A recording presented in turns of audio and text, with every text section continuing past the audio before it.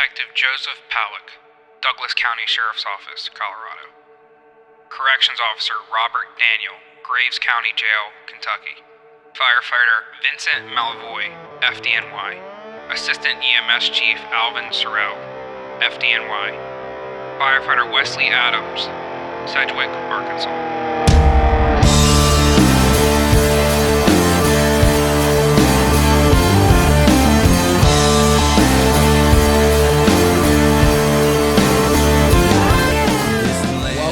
American Sons Podcast. My name is Christian. I'm so happy to have you back. This is episode 14.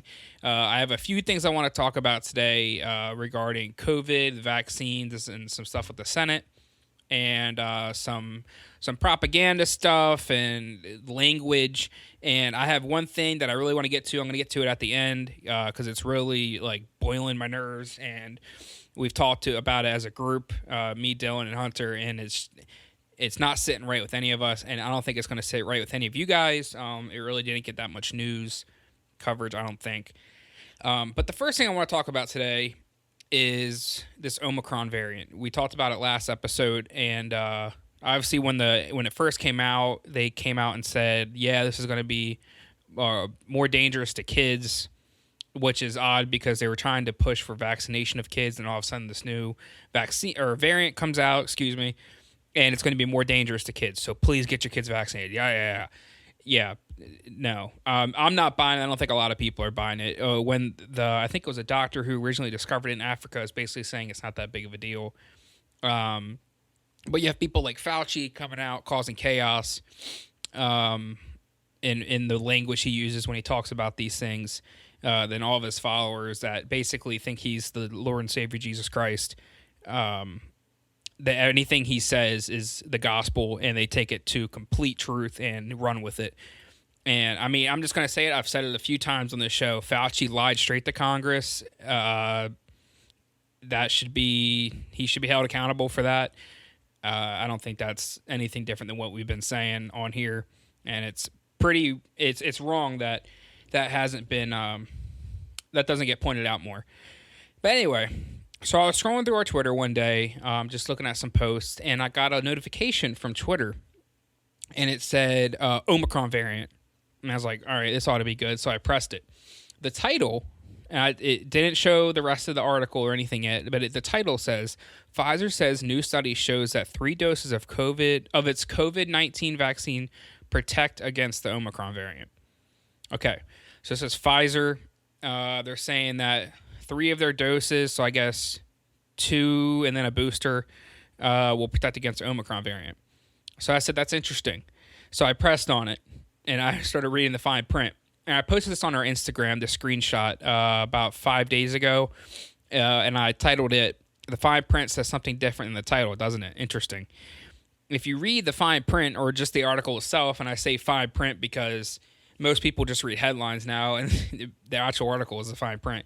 It says Pfizer and BioNTech announced on Wednesday that tests signal that 3 doses of their COVID-19 vaccine may offer increased protection against the Omicron variant of the virus.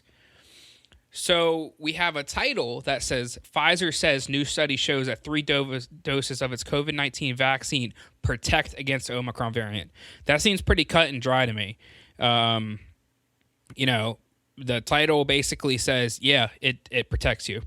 But then when you read the article, it says it uses the word may protect you, or may offer increased protection. And I don't think I'm the only one that sees a problem in this. And when I think about the whole history of this COVID with the vaccines, first it was the vaccine is 95 or more % effective, and when you get this vaccine, life can go back to normal. And everyone defended that. And if that was true, awesome. Well, it's not. Now, the language being used is, hey, the vaccine just makes it so the symptoms aren't as bad and make sure that you won't go to the hospital. How did we get from it is 95% effective at preventing COVID to, yeah, it just lessens the effects and you don't go to the hospital?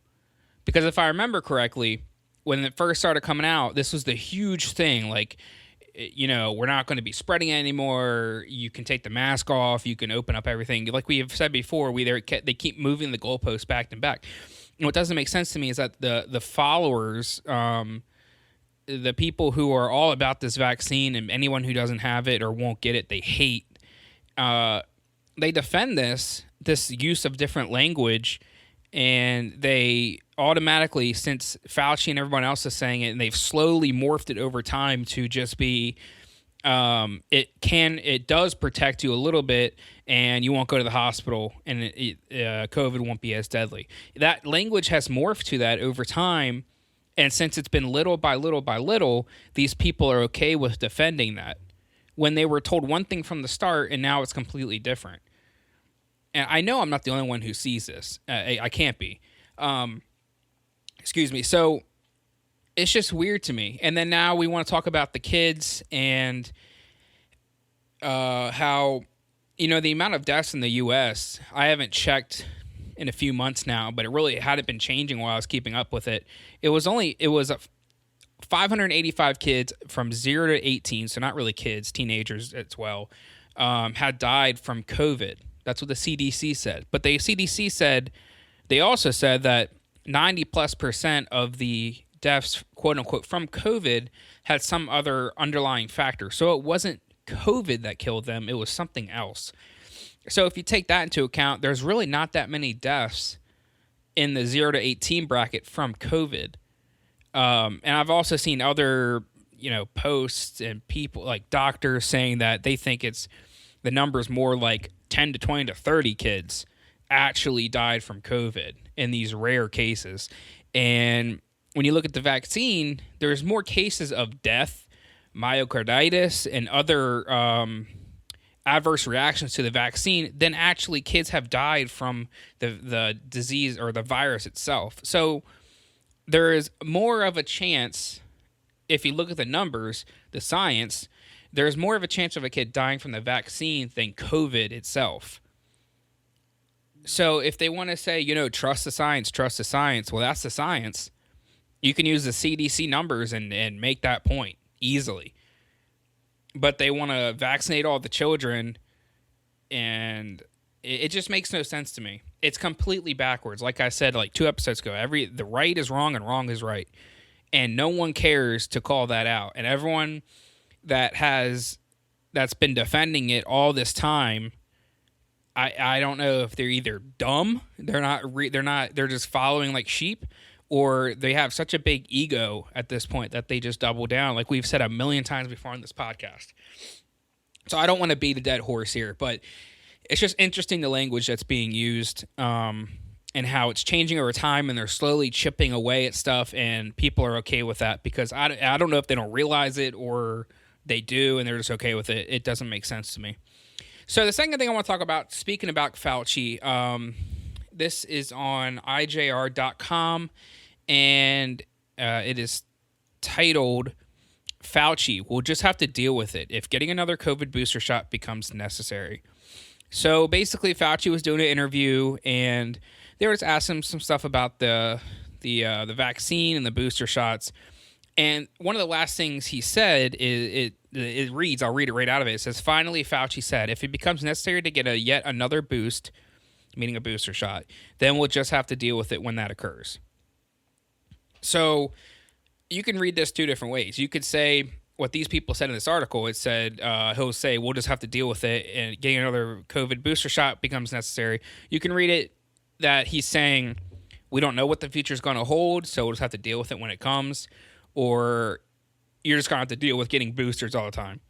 You can look at it 2 different ways. Either way, it seems like he doesn't know what he's talking about. He's very uncertain. You would think if these guys were doing this for their whole life, and they were, he's technically a doctor and a scientist or an immunologist or whatever he is, then they would know to some effect that what these boosters would do and the amount of protection they can give you.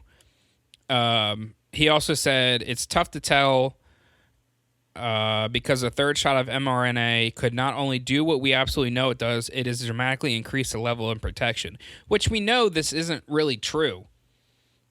Like, it doesn't dramatically increase your level of protection. It just lessens the symptoms.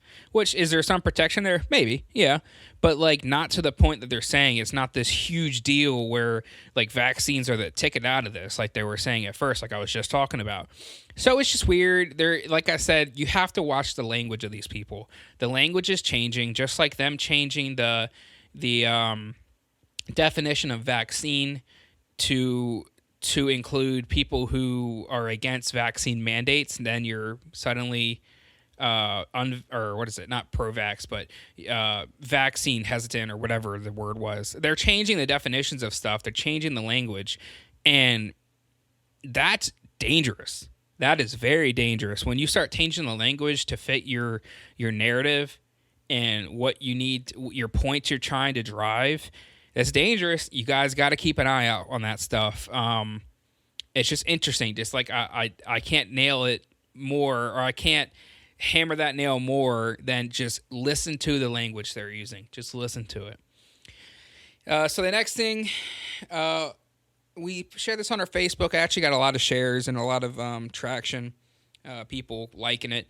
It comes from NPR. So NPR, I think, is a more left-leaning. But in a largely symbolic move, the Senate votes to block Biden's vaccine or test mandate. So this hasn't technically passed yet because it has to go through the House, which it probably won't make it through the House anyway. But like I said, it's a very symbolic. So the vote was 52-48, with two Democrats being Senator Joe Manchin of West Virginia and John Tester of Montana, joining all of the Republicans to overturn the regulation. So they voted on Wednesday night to overturn the Biden administration's proposed rule that large private employers must require their workers to be vaccinated against COVID-19 or be tested, or face losing their job. So we talked about this before, but this is going to get taken to the Supreme Court. There's so many companies, like Daily Wire with Ben Shapiro. I know they're suing. There's so many people are suing, and I just know lawyers are lining up at the door to take these cases. I just know they are. This is going to go all the way to the Supreme Court. There's really no question about it. And I'll say it now, and you guys can come back to this episode when it happens, but I know it's going to be overturned by the Supreme Court. Just wait for it. It will. So the last thing I'll hit on this is Jen Psaki said that the administration will vigorously defend the vaccine or testing mandate against legal challenges, which are expected to end up before the Supreme Court. So just like I said. And they also said that if this lands on Biden's desk, that he will veto it. And yeah, so they use a Congressional Review Act, and that basically allows Congress to overturn federal regulations and require that just a simple majority vote in both the House, or the Senate and the House. So obviously it passed the Senate. Very unlikely it's going to pass the House. And even if it does, he'll veto it, because why not? That's what they told the old man to do. So that's what he's going to do. So yeah, but it's still symbolic. It was nice to see a win in the Senate for once, and some Democrats jumping the fence, and trying to stop this from happening, because there's problems with it all the way around. So I'm sure we'll be seeing a lot more of this stuff. We've been seeing it in some smaller courts, smaller federal courts, like more local stuff all around the country. So it'll be interesting to see where this ends up, and we'll definitely keep an eye on this and let you guys know what's going on. Okay, so the last thing I want to talk about today, and this is going to be a shorter podcast, but I wanted to get to this because we were talking about this, and this has us all fired up. And I posted this on my personal story as well as our podcast Instagram, but I posted this on my personal Instagram story, and within like seconds, I got 3 people in my DMs telling me this is absolutely wrong. And I'm talking about vaccinated people, unvaccinated people, all across the board. Like, people were DMing me, and it wasn't just one group of people. It was everybody. So basically, I'll read you the title, and then I'll tell you more about it. California school offers boy pizza to get vaccinated, tells him not to say anything. So basically, this is coming off of Fox News. So I think it's they get some coverage, but probably not a lot. California mother has claimed that a 13-year-old son was told not to say anything after being given a COVID-19 vaccine in exchange for pizza at his school without her consent. So I talked to somebody who said this might get a little, I talked to somebody who's a teacher, and they said this might get a little iffy because if it's a public or private school, depending on how contracts are written. And that might be true, but it's medical, and this is a 13-year-old kid, and anything that is done medical should go through the parent, 18 or under 18 rather. This is completely wrong, 100% wrong. It does not surprise me that it was in California. It also doesn't surprise me that the school the kid was going to was Barack Obama Global Prep Academy in South Los Angeles. I'm just saying, I'm not surprised. It says that he left school and came home with a vaccine card telling her that he accepted the shot after he was offered pizza.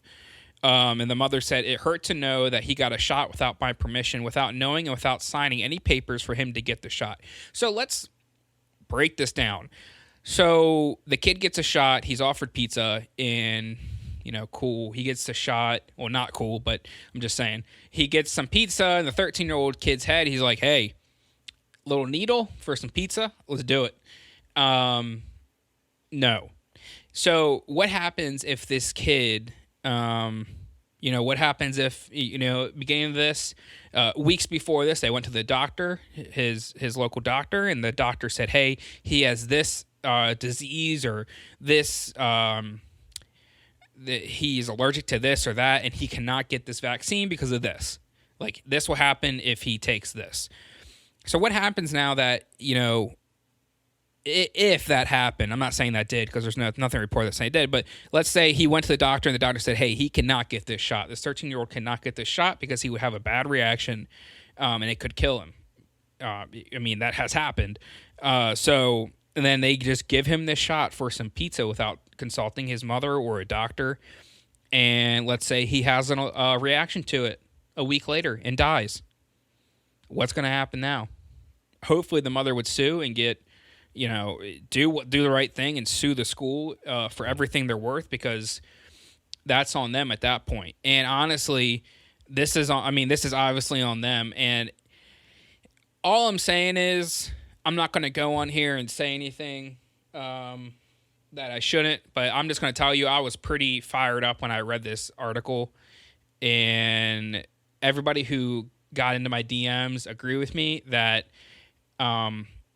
certain parents, I'll put it this way, certain parents would be in jail if they did this to their kid. They would be in jail. This is something that not only our podcast, but podcasts like Real AF with Andy Frisella and other podcasts across the board, and YouTube, people on YouTube that are like political have been saying, once you mess with the kids, it's over. It's over.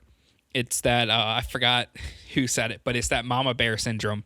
You can mess with the mama bear, but once you mess with that cub, you're screwed. You are screwed. I hope this lady sues the school for everything they're worth. Excuse me. And I hope the right thing is done here, and that this is absolutely stopped, and that there is no more of this around the country. If you want to vaccinate your kids, that is your choice. I can speak for myself. I am pro-choice. It is your kid. You're raising them. If you deem it, I don't agree with it, and I don't think kids should be vaccinated, just looking at the science, but in the numbers. But if you think that your kid should be vaccinated, I might call you an idiot, but you do you. You have that freedom in America. That's